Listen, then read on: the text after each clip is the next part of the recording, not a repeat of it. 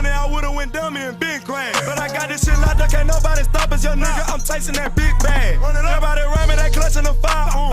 My younger day once on ride for him. He mugger, we up, and I hope that the. Alright, man, welcome back to the channel. It's your boy OTC Row.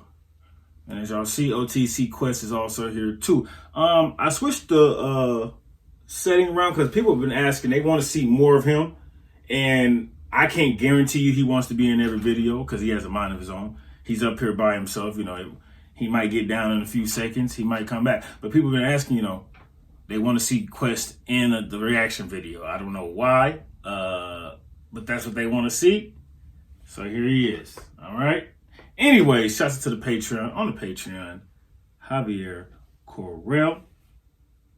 Shouts to my boy JC back on the Patreon. This is George Carlin saving the planet. Now, we haven't done George Carlin video in a minute. Shouts to the Patreon. Always clock on the sand with the new stuff. And what I mean by new stuff is stuff I would never ever think to react to. You know, just when it never would pop in my head to react to George Carlin on this channel. I don't know. I'm very picky when it comes to comedians. But here we go, George Carlin. But he spit some real stuff though. No lie. See, I'm not one of these people who's worried about everything. You got people like this around you. Country's full of them now. People walking around all day long, every minute of the day, worried about everything. Worried about the air, worried about the water, worried about the soil. Worried about insecticides, pesticides. Bruh, living in Oregon, let me tell y'all, living in Oregon, if you've never been here, people are worried about the planet more than the priorities here. It goes the planet, dogs, guns in Oregon. And then people. People is fourth here in Oregon. It goes the planet, dogs, guns, people. That's how it would go here in Oregon. Trust me. You know, trust me. Worried about everything. Food additives, carcinogens, worried about radon gas, worried about asbestos, worried about saving endangered species. Let me tell you about endangered species, all right? Saving endangered species is just one more arrogant attempt by humans to control nature. It's arrogant meddling. It's what got us in trouble in the first place. Doesn't anybody understand that? Interfering with nature. Over 90%, way over 90% of all the species that have ever lived on this planet, are gone. They're extinct. We didn't kill them all.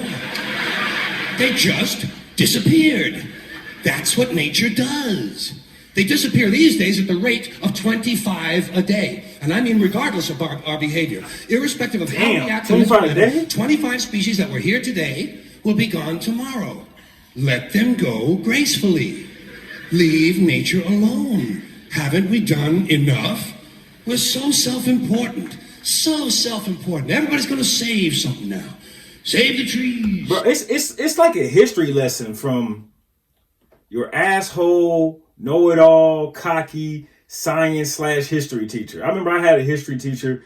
This dude in college, this dude knew his history from A to Z, and he was cocky with it. Come in with a little bow tie, and he'll scoff at you if you get something wrong, or he'll correct you if you say something wrong, or if you even get the year by a couple months off, he'll correct you to the T. He was just real cocky and asshole, but he was real genuine though, and he was honest, and I fucked with him. You know, he was a dope teacher. Save the bees, save the whales, save those snails, and the greatest arrogance of all, save the planet. What? Are these fucking people kidding me? Save the planet? We don't even know how to take care of ourselves yet. We haven't learned how to care for one another. We're going to save the fucking planet? Big facts. That's big facts. That's big facts. Tired. I'm tired of fucking Earth Day. I'm tired of these self-righteous environmentalists, these white bourgeois liberals who think the only thing wrong with this country is there aren't enough bicycle paths. People trying to make the world safe for their Volvos. Besides, environmentalists don't give a shit about the planet. They don't care about the planet. Not in the abstract, they don't. Not in the abstract, they don't. You know what they're interested in? Boy, shut your ass up. Who talking? It must be an environmentalist talking right now. He in the back. Y'all hear me? Volvos. Besides, Environmentalists don't give a shit about the planet. They don't care about the planet. Not in the abstract, they don't.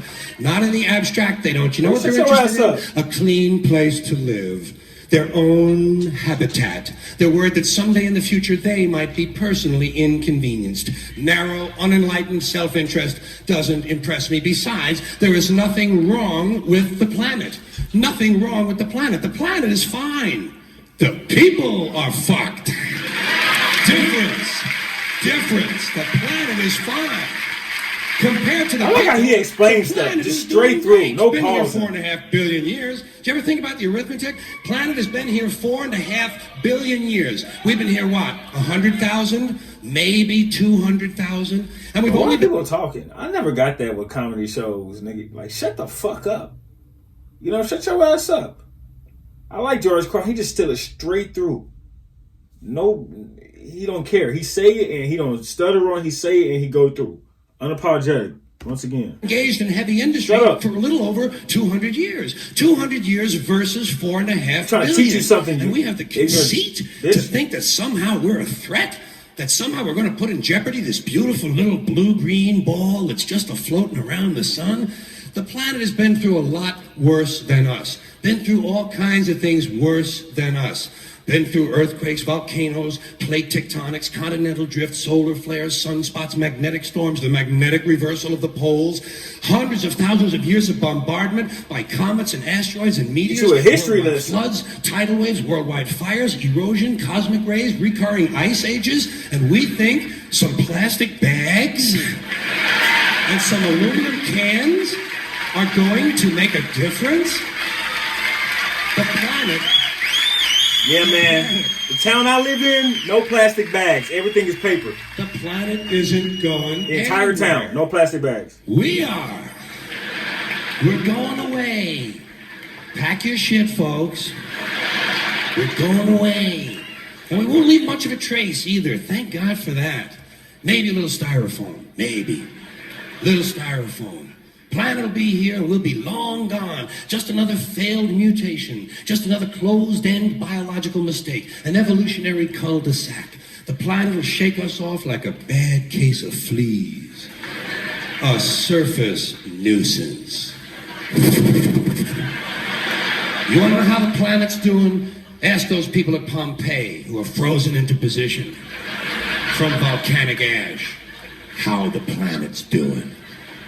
Want to know if the planet's all right? Ask those people in Mexico City or Armenia or 100 other places buried under thousands of tons of earthquake rubble if they feel like a threat to the planet this week.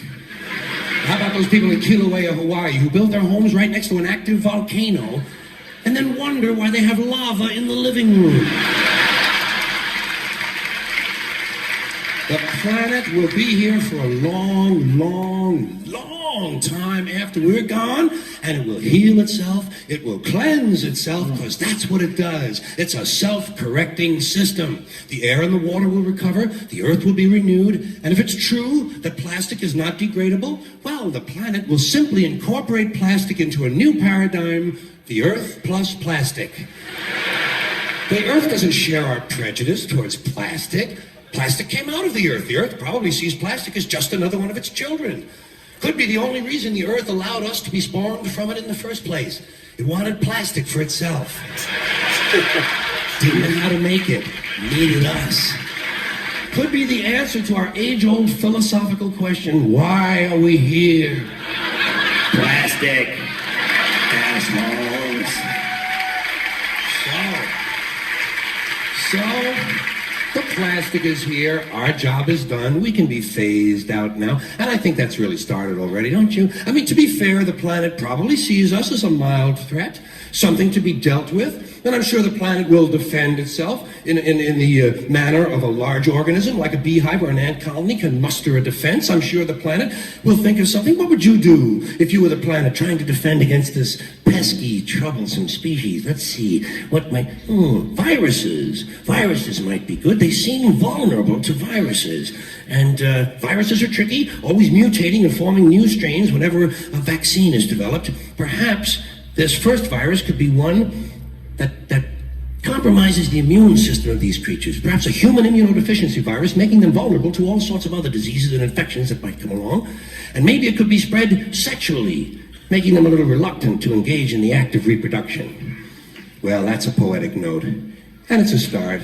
And I can dream, can't I? Can't I worry about the little things? Bees, trees, whales, snails. I think we're part of a greater wisdom than we will ever understand. A higher order. Call it what you want. Know what I call it? The big electron. The big electron. Whoa. Whoa. Whoa. It doesn't punish. It doesn't judge at all. It just is. And so are we. For a little while. Thanks for being here with me for a little while tonight. Thank you. Thank you very much. And that's how he ended the special. Smart man, bro. I know I said it in another reaction I done of his, but he's just real smart. Like, that was very captivating. Not necessarily funny, butt-gusting funny, but like I said in another video, these comedians, besides being funny, they give off a lot of truth and they give off a lot of smarts, and they showed, you know, I'm a comedian, but I'm also going to get up here and speak my mind and speak my message through with some laughter sprinkled here and sprinkled there. That was a history lesson. You know, George, that man's smart, bro. He was like he was teaching a lecture in a college. I feel like I was sitting through not actually sitting through a lecture. Some of my teachers were entertaining, like my history teacher. He was very entertaining. I always liked to go to his class because he was very engaging and very just, he loved what he did and he was about it. And he wasn't going to let you get away with nothing. He was going to call you out. And I thought it was hilarious. I thought it was funny. I thought it was entertaining. Same thing right here. George Carlin. Shouts to the Patreon, my boy JC. It's your boy TC Rowe. And I will see you when I see you.